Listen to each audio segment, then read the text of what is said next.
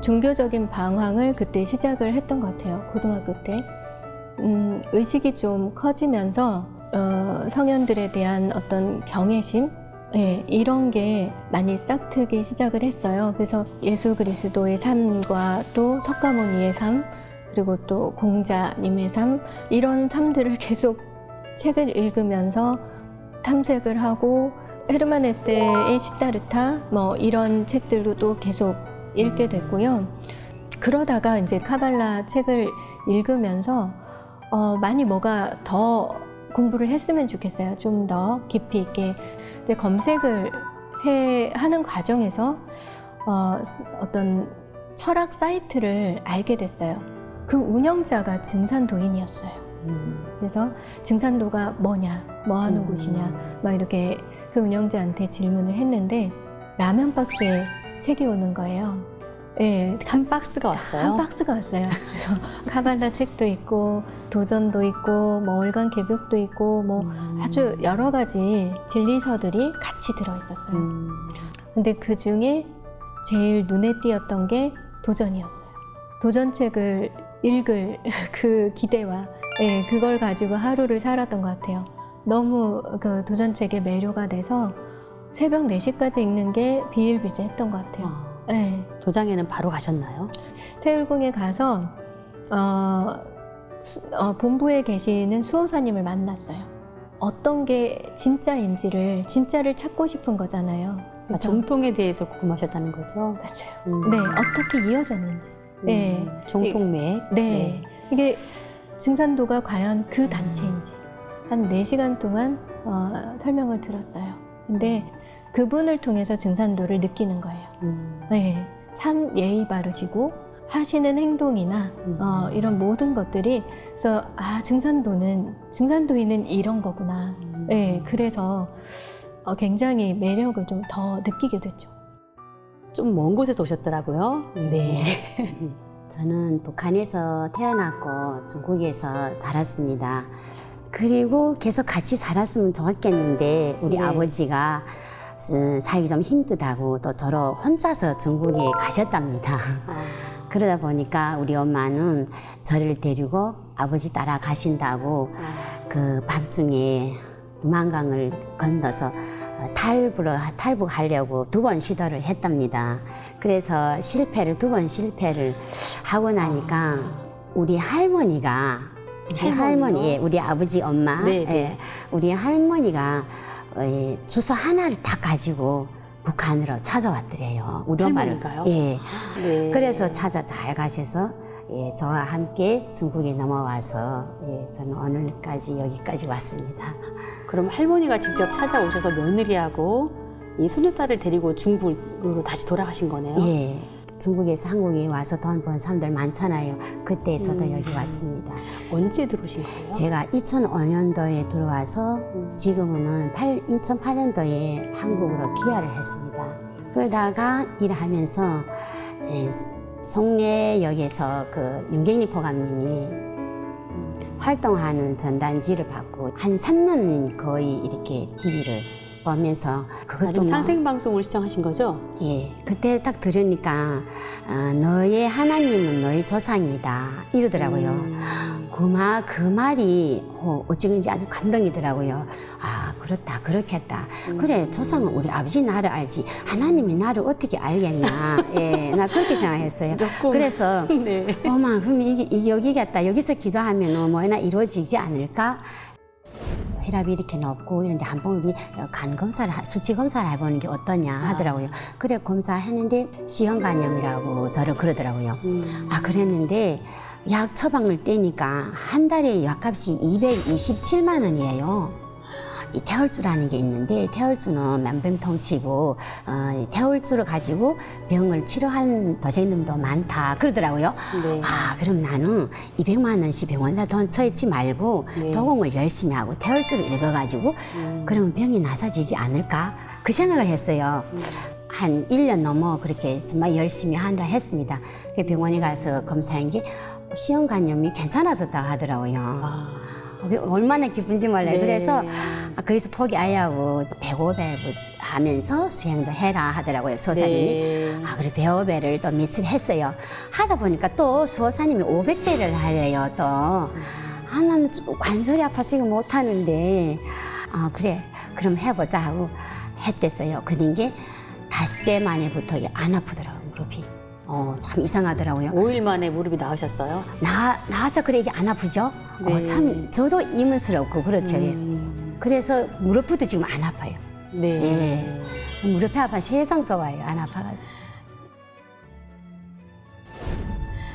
지금 그 C형 간염이 아까 나으셨다고 하셨잖아요. 예. 예, 그런데 지금 원래는 혈압도 있으셨고 어쨌든 지금 무릎 관절이 아프셨는데 이 베고베르 이 테일주 수행과 도공을 통해서 지금 현재는 예. 안 아프시다는 하나도 말씀이시죠? 안 아파요. 예. 네, 얼굴을 비워도 전혀 안 아프신 것 같아요. 감사합니다. 네, 너무 건강해 보이세요. 아, 네. 그렇게 그럼 정성 수행을 통해서 지금 이 병이 나으신 거잖아요. 예. 더 또 좋아진 곳이 있어요? 또 더 좋은 점이요. 네. 한국에 와서 우리 아들이 모낭염이 있어서 제 무당집도 네. 갔잖아요. 그래서 증산도에 들어오니까 그 태울주가 좋으니까 저도 또 좀 체험했잖아요. 그래서 그때 또 중국에 가게 됐어요. 우리 아들이 한참 모낭염이 그래서 얼굴이 머리에 다 퍼졌어요. 약을 그렇게 많이 썼어요. 그 돈도 다 내가 보냈어요. 그런데 하나도 안 나서요. 그래서 내가 그 태울주가 약이라 하는데 니 좀 들어봐라 이러니까 그리고 그 우리 아들이 목이 모낭염인데다가 손을 이렇게 대고 열심히 태울주를 읽었어요. 네. 그 바람이 우리 아들도 태울주를 외웠어요. 지금 외우고 있어요.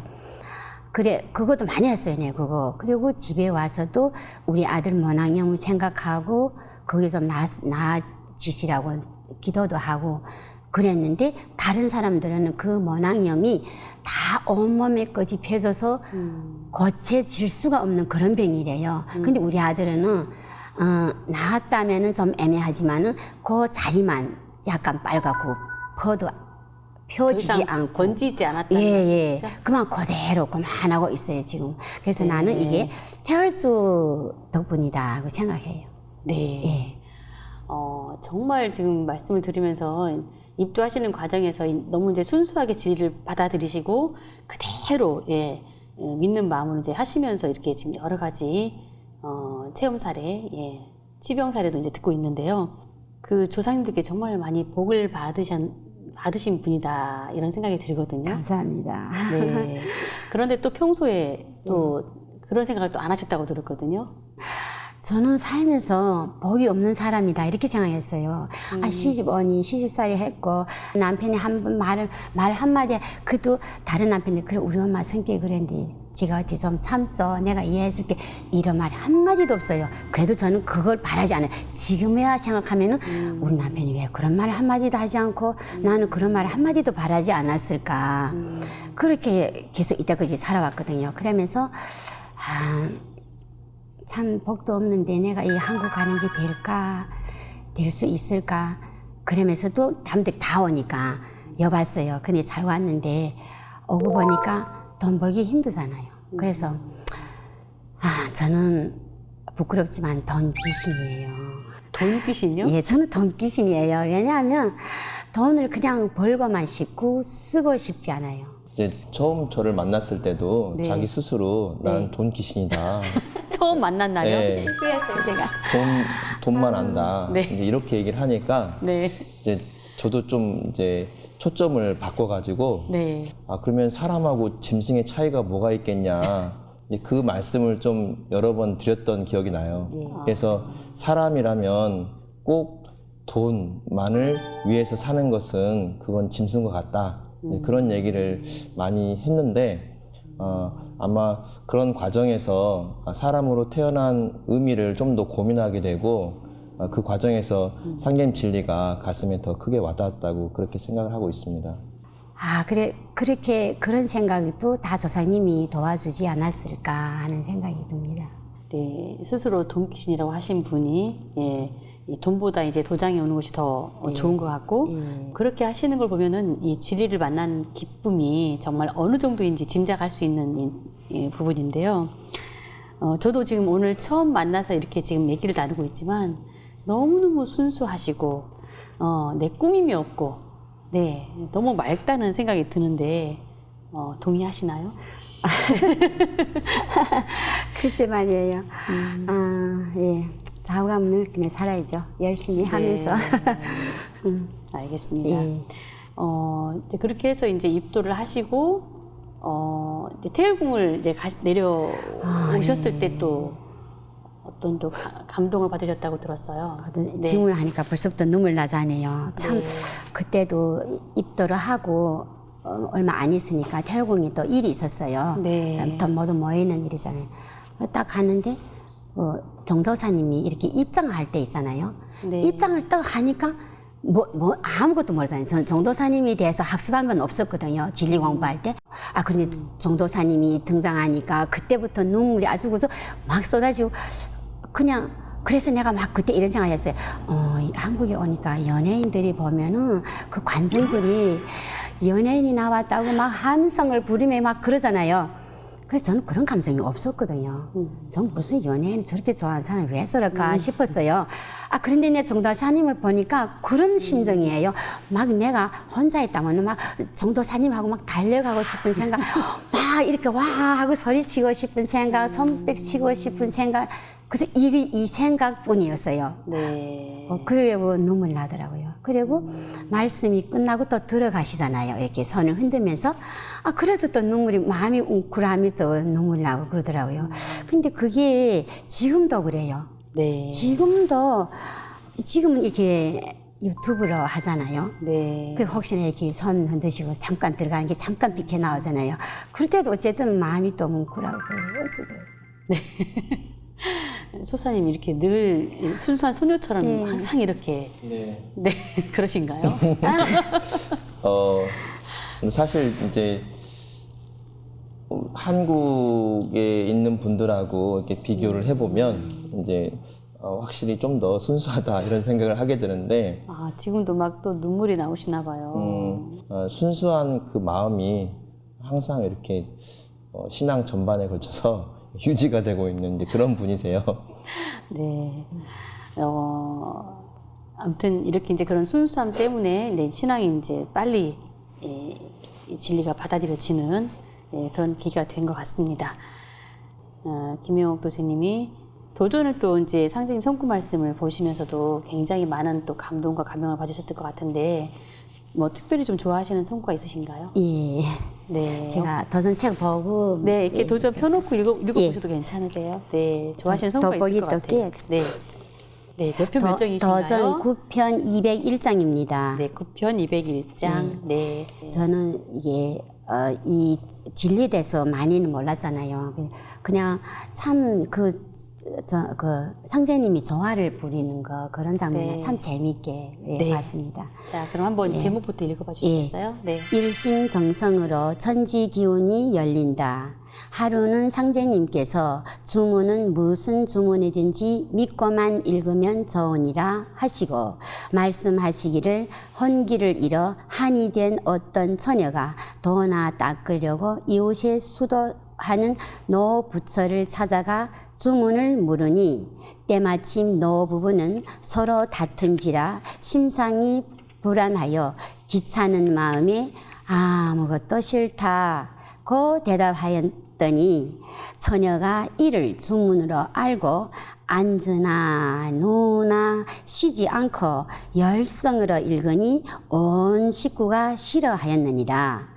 하루는 이 말을 외우면서 물동이를 이고 오는데 그 아버지가 보리타작을 하던 돌리개로 물동이를 쳐서 돌 위에 넘어뜨렸으나 동이는 성하고 물도 쏟아지지 않았느니라 하시니라. 이 구절이 참 좋았습니다. 네네.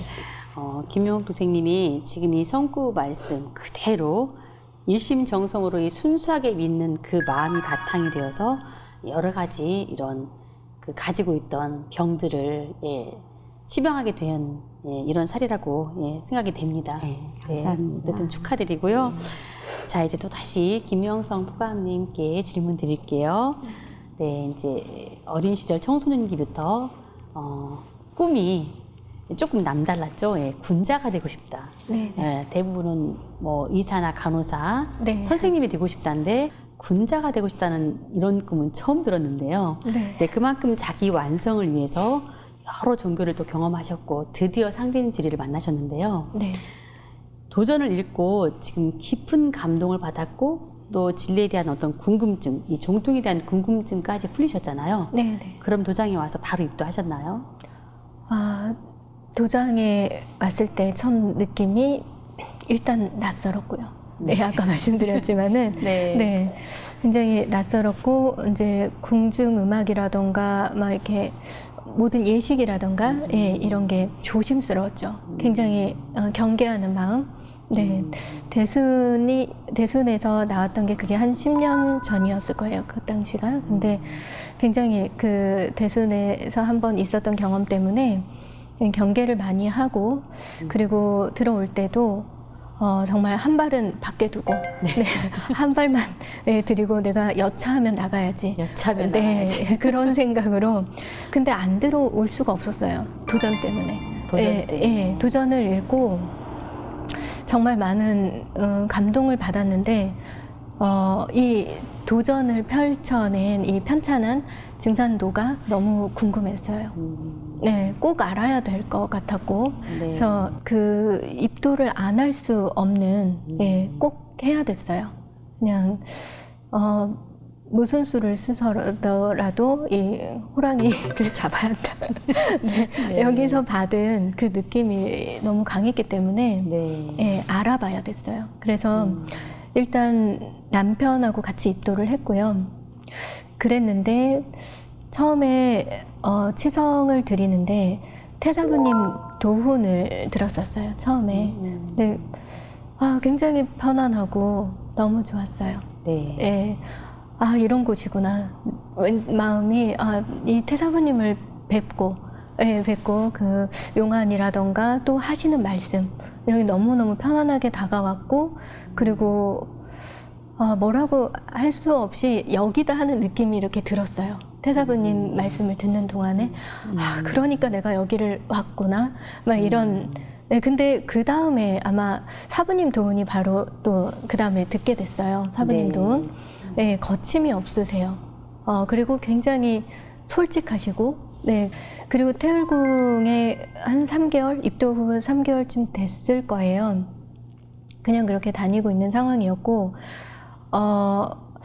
증산도 대학교가 있어서 태울궁에서 다들 모였었어요. 네, 근데 종도사님께서 도훈을 하시고, 이렇게 아까 김명옥 도생님이 말씀하셨던 대로 이렇게 손을 흔들면서 가시는데 제가 그때 그 김명옥 도생님하고 느낌이 같았는지 달랐는지 모르겠으나 엄청 눈물이 났어요. 그 뵈면서 가슴이 저는 아팠어요. 아리고 그리고 뭉클하면서 이거를 뭐라고 말할 수 없는 슬프면서 아리면서 막 이런 아픈 감정이 오면서 굉장히 눈물이 쏟아지는데 정말 저는 세상에 태어나서 계속 종교를 그렇게 갔었지만 어디에서도 느낄 수 없었어요. 그런 감정을. 제가 김명옥 도생님이 했던 말씀처럼 저는 종도사님에 대해서 그때 하나도 아는 게 없었어요.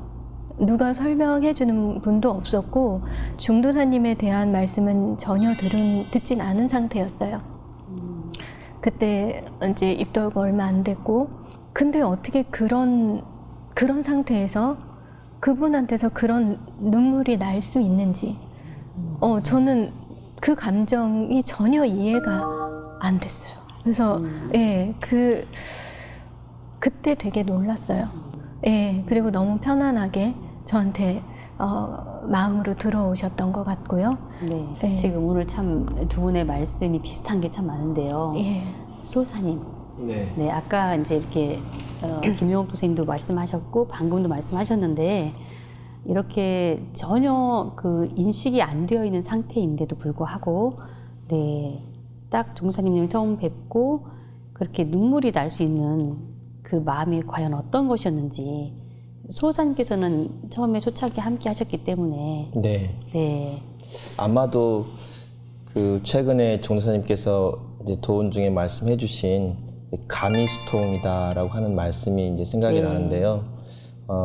순수하기 때문에 이렇게 그 순수한 상태에서 종도사님이 상계임 천지 사업을 하시는 그 마음이 네. 아마도 이렇게 느껴졌을 거라고 그렇게 생각이 네. 들거든요. 그래서 아까 이제 김명두 선생님도 말씀하셨지만 종도사님께서 이제 환단고기를 편찬하시고 그리고 또 도전을 또 편찬하시고 하는 과정에서 세상의 상계임 진리를 드러내기 위해서 그 역경의 시간을 보낸 그 시간들이 압축이 돼가지고 네. 두 도생님들 마음속에 꽂히지 않았을까 그런 네. 생각이 듭니다.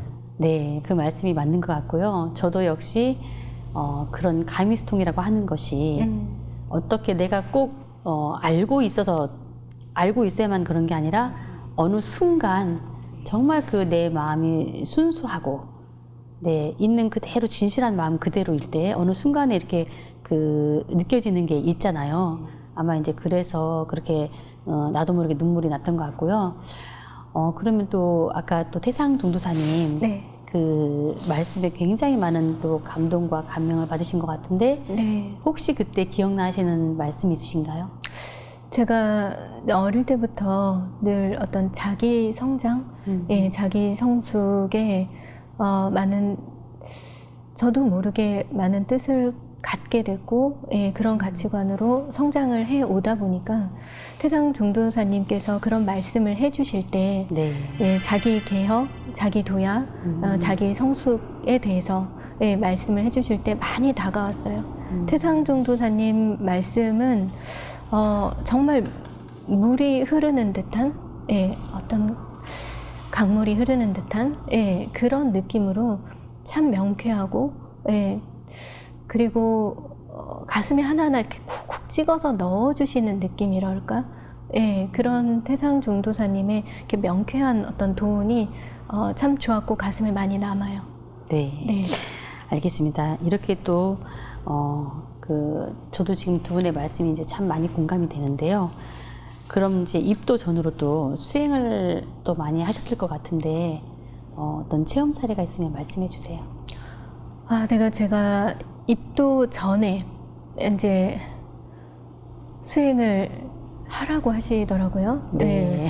입도하기 전에 그때 포정님이 도장을 책임하고 계셨는데 그 포정님께서 한 일주일 동안 수행을 집에서 하고 오라고 이렇게 말씀하셨어요.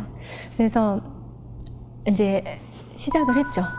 마음을 쫙 먹고 네. 예, 그리고 거실에서 수행을 하는데 하려고 이제 물을 떠놓고 준비를 하는데 한 그때 밤 10시 그쯤 됐을 거예요. 남편은 같이 안 했어요. 남편은 네. 그냥 컴퓨터 하고 있고 자기 방에서 이제 저만 하는데 그 준비하는 과정부터가 무서웠어요, 되게. 예. 아유, 왜 이렇게 무섭지? 되게 무서운데 앉아서 그냥 수행을 하려고 이렇게 딱 앉아 있는데 손이 막 떨리더라고요. 너무 무서웠어요. 그 이상한 공포가 오더라고요. 그래서 이상하다. 그러면서 그러니까 목소리가 엄청 커졌죠, 이제. 무서우니까 목소리만 커져요. 네. 그래서 남편이 다음 날에 목소리 좀 작게 하라고. 네, 그 밤에 하니까. 근데 내가 좀 무서워서 그런다. 이상하게 무섭다. 이렇게 얘기를 했었어요. 그리고 이튿날 다시 또 청소를 올리는데 또 무서워요. 그렇게 막 떨려요. 너무 떨리게 무서워요. 이상한 공포가 와요. 그래서 참 희한하네. 그러면서도 이제 하라고 하셨으니까. 예, 그래서 그럼에도 불구하고 이제 앉아서 수행을 하는데 제가 수행하고 있는 제 모습이 보여요. 네, 등 뒤에서 보여요. 그러니까 앞에 제 모습이 보이는 거예요. 앉아서 수행하고 있는데 제 뒷모습이에요. 뒷모습이 보이는데요. 그 뒤에 뭐가 있었냐면 제 뒤죠. 예. 그 망나니 칼 있죠. 망나니 칼이 둥둥 떠서 저를 겨냥해서 와요. 근데 손이 있어요. 망나니 칼을 잡고 있는 손이, 예, 손이 있고 피가 뚝뚝 떨어지고 있어요. 예, 그 칼이 저를 향해서 오는 게 보이는 거예요. 제 뒷모습도 보이고.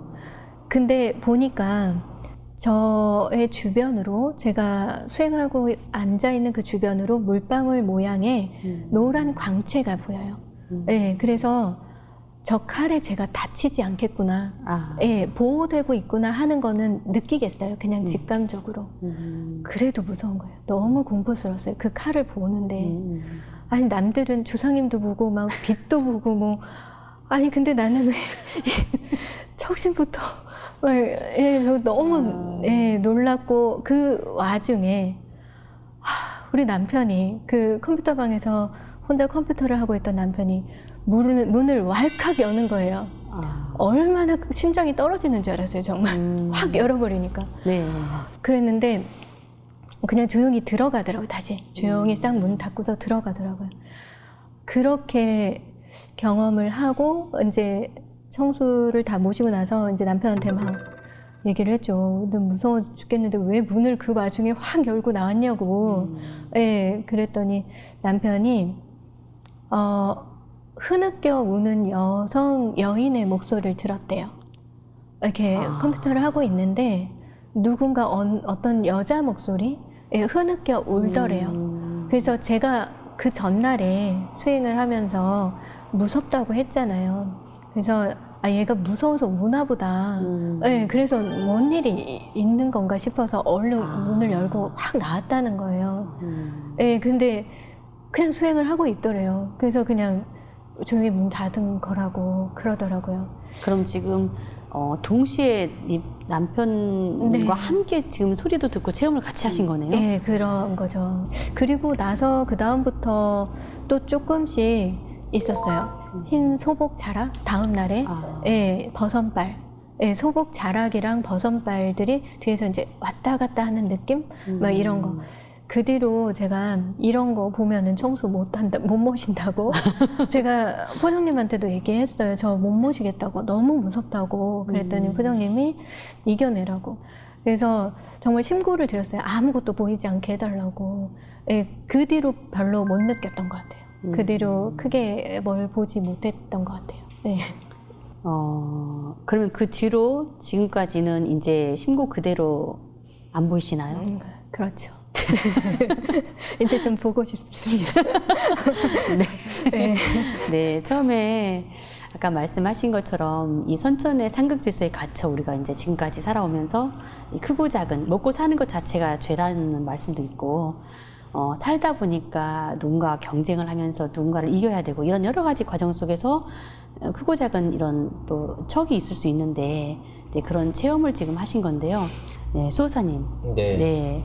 이제 우리가 이 상태임 진리를 공부하다 보면 이 조상님에 대한 이 조상신, 뭐 이렇게 보훈신도 있지만 또 척신에 대한 또 진리 공부를 하잖아요. 네. 네.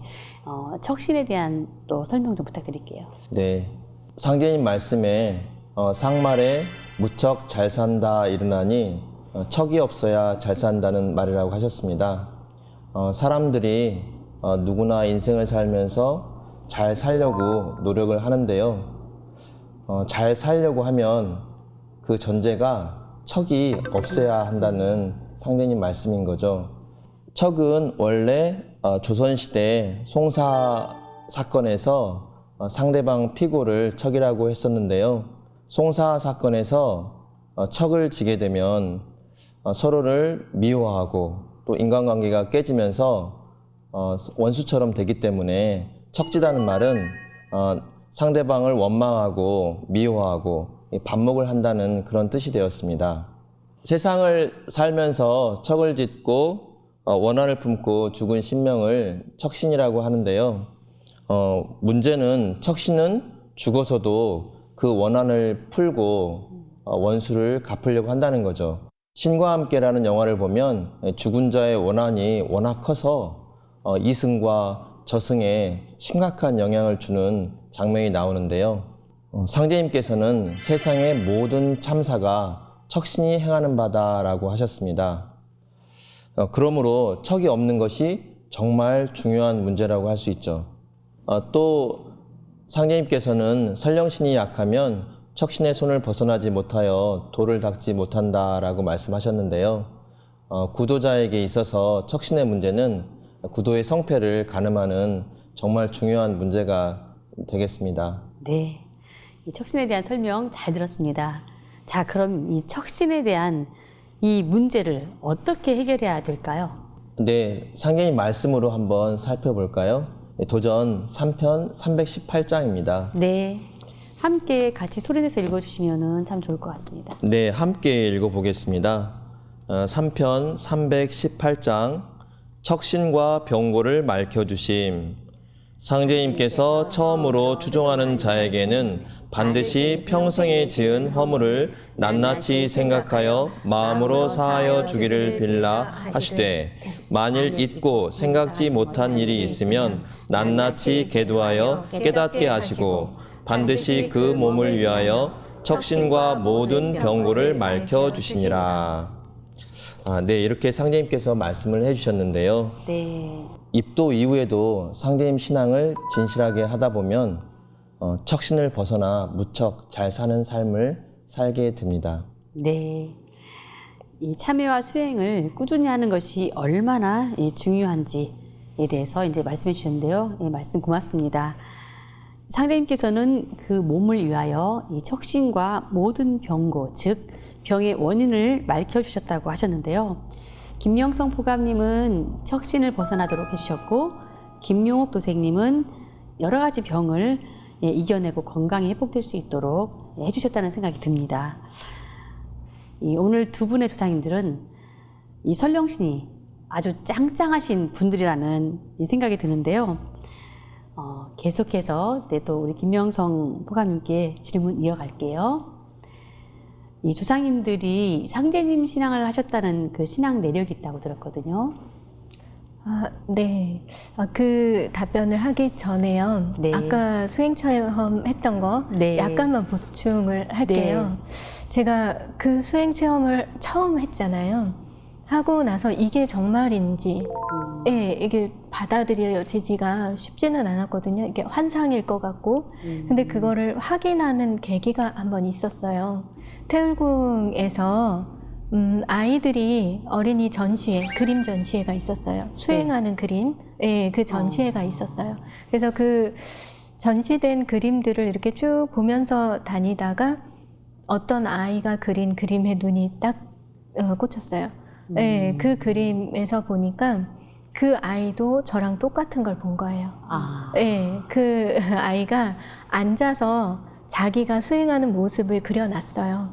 수행하는 모습이 그려져 있고 노란색 물방울 모양의 빛이 그 아이의 수행하는 아이의 주변으로 감싸고 있는 거예요. 똑같이. 그리고 주변에 도깨비 같은 거를 그려놨어요. 그러니까 정신들이 있는 거를 그렇게 그렸더라고요. 그거를 딱 보는 순간 제가 봤던 그 모습 그대로 제가 딱 이게 맞구나.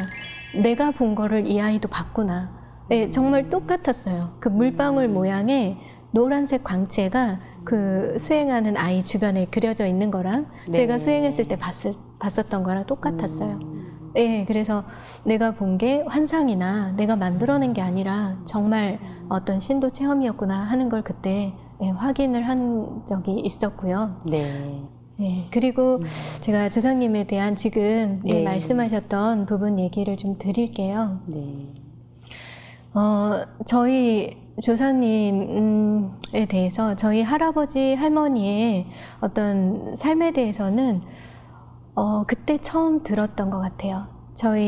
제가 이제 입도를 하고 한 수개월 됐을까? 저희 친정 부모님께 뭐라고 말씀을 드려야 될지 너무 고민스러웠어요. 이 종교를 천주교를 하고 있었잖아요. 잘 하고 있는데 증산도로 바꿨단 말이에요. 그래서 저희 부모님께 말씀을 드리게 됐어요. 증산도 신앙을 한다. 그래서 증산도에 대해서 이제 우주일련부터 설명을 조금 제가 아는 만큼 그때는 많이 알고 있지 못했기 때문에 간략하게 설명을 드리고 그리고 옥황상제님께 이렇게 청소를 모시고 수행을 한다. 이런 얘기를 했는데 저희 아버지가 너무 놀라시는 거예요. 네, 저도 놀랐어요. 저희 아버지께서 놀라신 게 네가 어떻게 이걸 찾았냐고. 예. 근데 이거는 무슨 말씀이지? 저도 너무 의아한 거예요. 그래서 저희 아버지가 그 뒤로 아마 저희 부산에 이제 밑에 막내 동생이죠. 고모께 전화해서 한참 알아보신 것 같아요. 그게 맞는 거예요. 저희 아버지가. 뭐냐면요. 할아버지 할머니께서 하시던 신앙이라는 거죠. 저는 전혀 몰랐어요. 전혀 할아버지 할머니께서 어떻게 살아오셨는지를 그때 처음 들었어요. 네. 아버지께. 저희 할아버지 할머니는 함경남도가 고향이세요. 함경남도에 거의 집성촌을 이루다시피 거기 일가 친척이 다 모여 사는 그런 곳이었어요. 그러니까 이남 땅에는 연고가 전혀 없어요. 아무도. 예. 그래서 여기를 오게 되신 게 전쟁도 아니었어요. 전쟁 전이었거든요. 네. 근데 뭐 때문에 오셨냐면 저희 할아버지는 장남이었어요. 종손이셨고 거기에서 계시다가 청년이셨죠. 그때. 예. 근데 꿈을 꾸셨어요.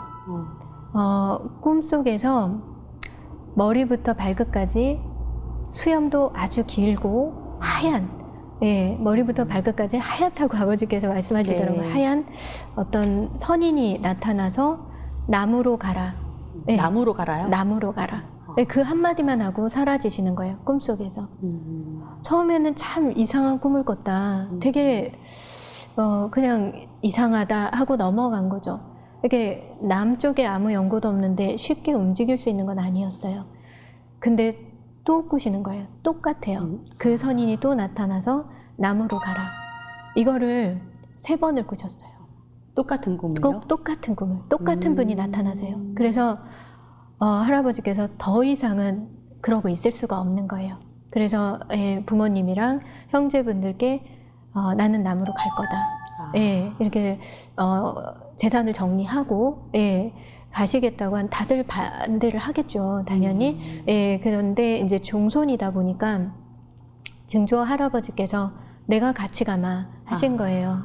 그냥 큰아들을 그냥 그렇게 보낼 수가 없기 때문에 증조 할아버지께서 따라 나서신 거예요. 네. 그렇게 해서 나무로 이제 부부가 오신 거죠. 우리 할아버지 할머니 부부가 이제 오신 거고 증조 할아버지께서 이제 같이 동행을 하셨는데 가장 가까운 곳이 강원도였잖아요. 이북에서. 강원도에는 실향민들이 많이 살고 있는데요. 거기에 정착을 하셨어요. 그 정착한 집을 알아놓으시고 증조 할아버지께서 집을 알아놨으니 내가 고향으로 다시 갔다 오마 하고 그러니까 뭐 고향에 가족들이 다 있으니까 가셔야 되죠. 그래서 집만 딱 알아놓으시고 다시 북으로 올라가셨어요. 그리고 좀 한참 살다 보니까 뭐 쉽게 오갈 수 있는 거리가 아니다 보니까 그렇게 또 떨어져 사셨죠. 그리고 전쟁이 나고 38선이 갈리고 증조 할아버지께서는 다시 오실 수 없었죠. 그렇게 해서 할아버지 내외만 이 이남 땅에 정착을 하게 되신 그런 사연이 있었던 것도 그때 아버지께 처음 들었어요. 저도 굉장히 놀랐는데 근데 안 그랬으면 제가 이제 북한에 태어났거나 막 이렇게 근데 그러고 나서 이 이남에 정착을 하시고 나서 할아버지께서는 계속 선몽을 하셨다고 해요. 그 선인이 나타나서 중앙을 알아둬라. 중앙을 알아둬요? 네, 중앙을 알아둬라. 딱 그 한마디만. 그래서 그게 화두셨어요. 그걸로 이제 화두를 삼아 공부를 하시고 중앙을 풀기 위해서 중앙이 뭘까를 그렇게 하시는 중에 한병산이라고 있어요. 강원도에. 거기에 약초가 많은 산이라고 해요. 근데 거기에서 저희 할아버지께서 어떤 산도를 닦는 도인을 만나세요. 되게 전래도가 같은 얘기지만 실제 있었던 얘기입니다. 그래서 도인을 만나셔서 그 도인으로부터 책을 몇 권 전수를 받았고요. 주문을 받고 상제님께 청수를 모시는 법을 받으신 거예요. 그렇게 해서 무슨 보청교를 하거나 무슨 종교가 있었던 게 아니라 그 산도 닦는 도인으로부터 그렇게 어떤 신앙을 수도를 전수를 받으셨고 그 뒤로 할아버지 내외께서는 같이 주문 수행을 하셨다고 해요. 옥황상제님께 청수를 모시고 집에서 주문 수행을 하시고 저희 아버지가 한 6살 무렵 이렇게 보시면 주무시다가도 꿈을 잘못 꾸거나 그러면 일어나셔서 또 수행을 하시던 모습이 네. 생각이 나신다고 해요. 주문은 기억이 안 나시고 또 책도 이제 없어졌고 그런데 그 도인이 분명히 제가 생각하기에도 상제님과 연관이 있으신 분인 것 같아요. 근데 태풍이 온다 그러면 다 반드시 태풍이 왔고 비가 온다 그러면 비가 오고 정말 못 맞추는 게 없었다고 해요. 이게 조화를 부리는 건지 맞추는 건지 모를 정도로 정확하게 맞추셨고 네. 근데 앞으로 길에 비단을 깔고 살 것이다. 그러더니 이제 아스팔트가 생겨나고 또 사람 위에 사람이 살 거라고 했대요. 그래서 그러더니 이제 아파트가 생겨나고 그런 얘기를 했었고 제가 할머니께서 저희 집에 오시면 저랑 같이 방을 쓰셨고 네. 그래서 할머니께서 이제 옛날 얘기처럼 네. 그렇게 얘기를 해주시는 게 그때서야 생각이 난 거예요.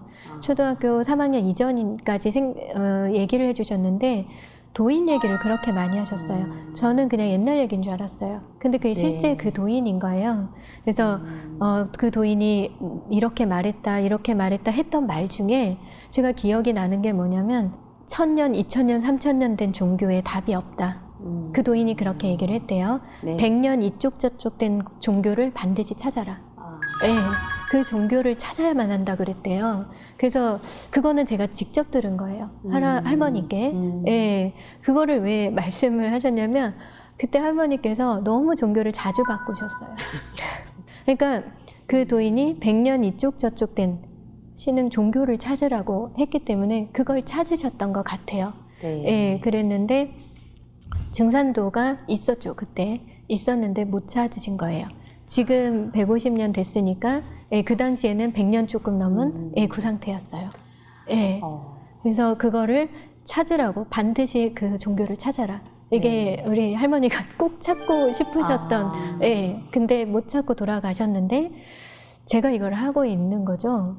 그러니까 저희 아버지께서 어떻게 네가 이걸 하냐 어떻게 막 너무 놀라시는 거예요. 네. 저도 이런 스토리를 듣고 너무 놀란 게 다른 분들은 조상님들이 이렇게 공을 쌓았고 이렇게 증산도와 연이 있고 이런 얘기들을 들었는데 저는 뭐 전혀 상관이 없는 사람이라고 생각을 하고 있었거든요. 네. 근데 정말 저희 조상님도 이런 이력이 있었구나. 되게 놀랐죠. 정말 말씀을 듣는데 이게 어릴 때 재밌게 읽은 어느 그 전래동화? 네. 어느 그런 이야기 같기도 하고 너무 신기하기도 하고 정말 그 북한에서 이 전쟁이 나기 전에 선인을 통해서 남으로 가라는 말씀을 3번을 꿈을 통해서 이 내려오신 할아버지 할머니 그리고 비록 증산도는 만나지 못하셨지만 바로 이 상제님, 옥황 상제님 바로 이제 증산 상제님께 나름대로 청수를 모시고 상제님을 모셨던 분들이시잖아요. 네, 맞아요. 지금 이렇게 말씀을 들으면서 김명옥 교수님도 아까 또 할머니에 대한 특별한 또 그 마음 정말 그 할머니 보고 싶어하고 어릴 때 많은 사랑을 받으셨던 것 같은데 그 할머니를 통해서 이렇게 또 이곳까지 올 수 있었던 그런 또 할머니의 음덕이 있으셨다면 아마도 지금 김영성 포감님이 오늘 이 자리가 있기까지는 그렇게 대를 이어서 정말 이 모든 선령신들이 그 쓸자손 하나를 타내려고 60년 동안 공을 들여서 이렇게까지 하신 것이 아닌가 이런 생각이 듭니다.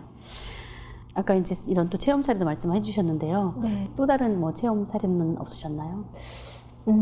특별히 뭐 수행 중 체험 사례라기보다는 그냥 뭐 우리 아들이 하나 있는데 아들 치유, 신유 그런 경험이 좀 있기는 해요. 근데 소소한 경험이라 우리끼리 도생님들끼리는 소소할 수 있지만 좀 들려주시겠어요? 제가 입도 당시가 우리 아들이 5살 그쯤 됐을 거예요. 6살, 5살, 6살 이쯤 됐는데요. 입도를 하고 나서 얼마 안 있어서였을 거예요. 우리 아이가 어릴 때부터 유아 때부터 이제 장이 약해서 장염을 많이 앓았었어요. 네. 장염을 유아가 앓게 되면 거의 죽을 수도 있기 때문에 보통 입원을 하게 되거든요. 탈수증으로 많이 위험해지기 때문에 그래서 해마다 입원을 하는 상황이었다고 보시면 돼요. 네. 예, 해마다 한 번씩은 장염을 앓았고 예, 입원을 해야 됐고 근데 그때 또 그게 이제 시작이 된 거죠. 네. 아이가 배가 풍선처럼 부풀어가지고 엄마 배 아파 하면서 나오는 거예요. 그래서 또 시작됐다. 예, 그래서 이제 지금 그때가 저녁 때였어요. 지금 병원에 가서 입원을 시킬까? 뭐 늘 하던 거니까. 근데 아니면 내일 아침 조금만 더 두고 볼까? 이러다가 남편이 태울주가 약이라면서 그러는 거예요. 입도한 지 우리가 얼마 안 된 상태였는데 예, 태울주가 약이라면서 태울주 한번 해보면 어떨까? 그러는 거예요. 그래서 그래 한번 해보자. 그래서 남편이 아이를 이렇게 안고 이게 배를 이렇게 쓰다듬으면서 태울주를 했어요. 네. 근데 한 5분 정도 했을까? 그랬는데 남편이 내가 배가 아프다 그러면서 네. 아이는 잠들어 있었어요.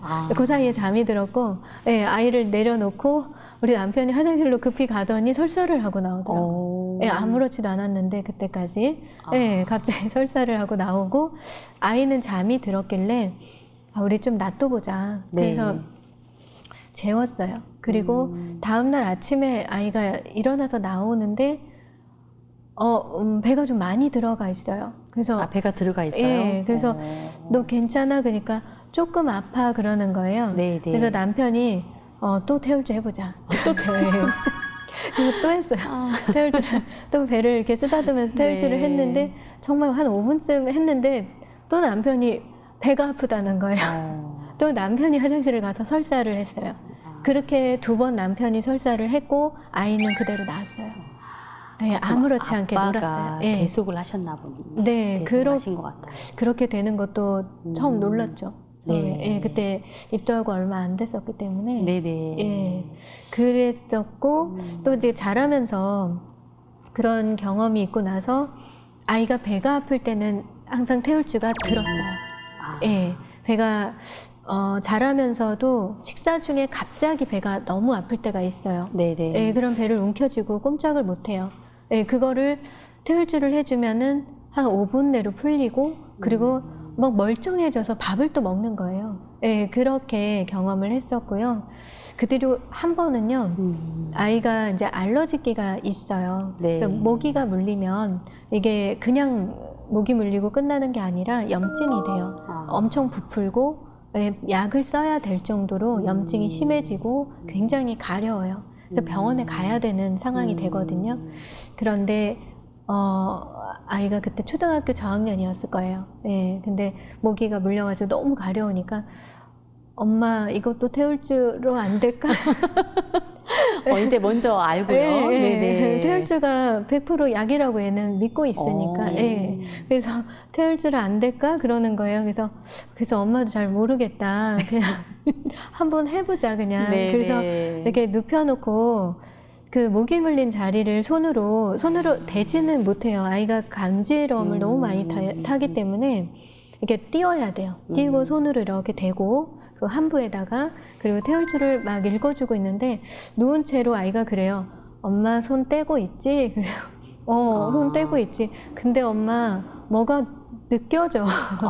네. 네. 원래 배를 이렇게 문질러 줄 때 배도 물론 피부에 닿으면 안 돼요. 얘는 간지러움이 너무 심해서 손을 떼고서 이렇게 문지르는데 그럴 땐 따뜻하던 느낌? 근데 얘가 이 모기 물렸을 때 느꼈던 거는 되게 시원했다고 해요. 네. 굉장히 시원하고 뭔가 뭉글뭉글하게 이렇게 뭐가 지나가는 고기를 이렇게 감싸주는 뭐 이런 느낌을 받았다고 해요. 그래서 네. 안 닿았다고 그랬는데 나았어요.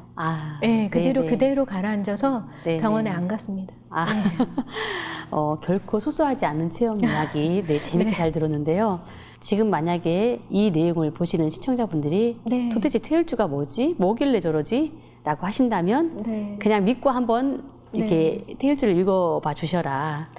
정말 네. 믿는 마음이면 될 것 같아요. 그냥 네. 정말 이게 그러니까 아이가 꼭 낳았으면 하는 마음으로 예, 믿는 마음으로 그렇게 하시면 네. 반드시 낫는다. 저는 반드시 낫는다. 네, 반드시 낫는다. 네, 오죽하면 아들이 먼저 엄마 태울 줄 안 될까? 네. 네, 대부분 엄마 약 주세요, 병원 갈게요 이렇게 하는데, 네, 하여튼 네 정말 좋은 체험 사례도 잘 들었습니다. 네, 자 김영옥 선생님은 아까 이제 이 수행을 통해서, 네, 이 도공을 통해서 또 베고벨의 정성 수행을 통해서 이제 여러 가지 병들을 네 치유받은 이런 또 소중한 체험 사례 말씀해 주셨는데요.